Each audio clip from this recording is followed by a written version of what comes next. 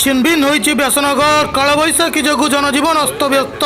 तेज यह घटना पर नजर पकातु आम सम्यक विवरण को जीवा। लगाण वर्षा पवन जोगु जनजीवन अव्याहत। जाजपुर रोड्रे कालबैशाखीर प्रभाव चारिआडे देखा मिलता।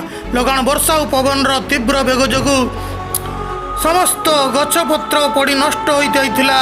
सेहीपरि दलार इलेक्ट्रिक पोल गुड़िक रास्ता कड़े पड़ी देखा मिलता। युद्धकालीन भित्ति विद्युत विभाग कर्मचारी कार्य करुवा बेले आज रेल धारणा बड़ बड़ गछ सब भांगी पड़ा, जहाँफल ट्रेन चलाचल किस समय अव्याहत रही।